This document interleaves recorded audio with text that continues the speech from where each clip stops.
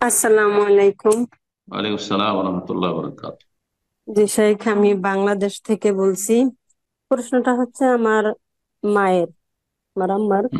বলেন। আহ, বিষয়টা হচ্ছে 25 বছর আগে আমাদের ফ্যামিলিটা খুবই দরিদ্র ছিল। আমরা ভাই বোন 9 জন।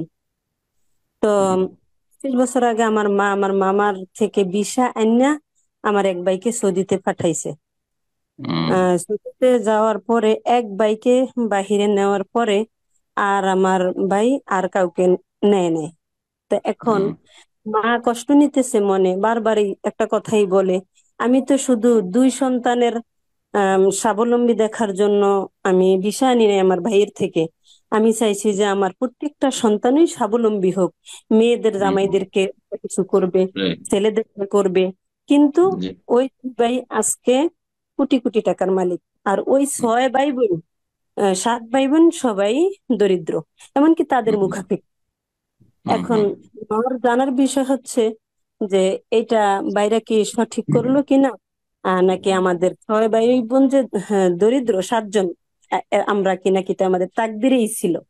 এটা একটু জি। জানার বিষয়। তকদিরে সবারই ছিল, যা ঘটছে সেটাই ছিল। ভালো ছিল সেটাও ঘটছে, গোনা করেছে সেটাও তকদিরে ছিল, নেকি করছে, হ্যাঁ, মানুষের উপকার করছে সেটাও তকদিরে ছিল, উপকার করলো না সেটাও তকদিরে ছিল। তকদিরেও দোষ দিলে হবে না। প্রথম কথা, আপনার ভাই যাকে টাকা ধার কর্জা করে পাঠিয়েছে আপনার মা, সেই ব্যক্তি হতভাগা।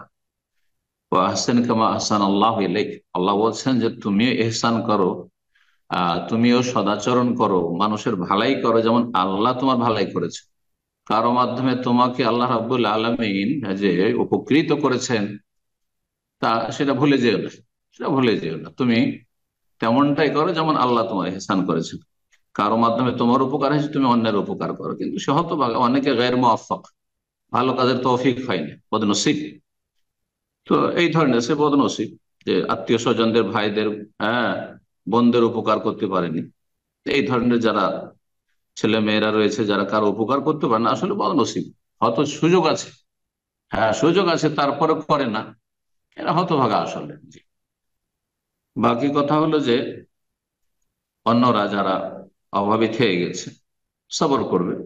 আর এই নয় যে আক্ষেপ করবে আর তার জন্য আক্রোশ করবে। সে হক আদায় করে, আত্মীয়তার হক আদায় করে, নিজেদের করণীয় ছিল।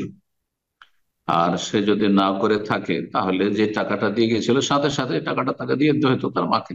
জি, এটাই হচ্ছে কথা। বারাকাল্লাহ ফিক।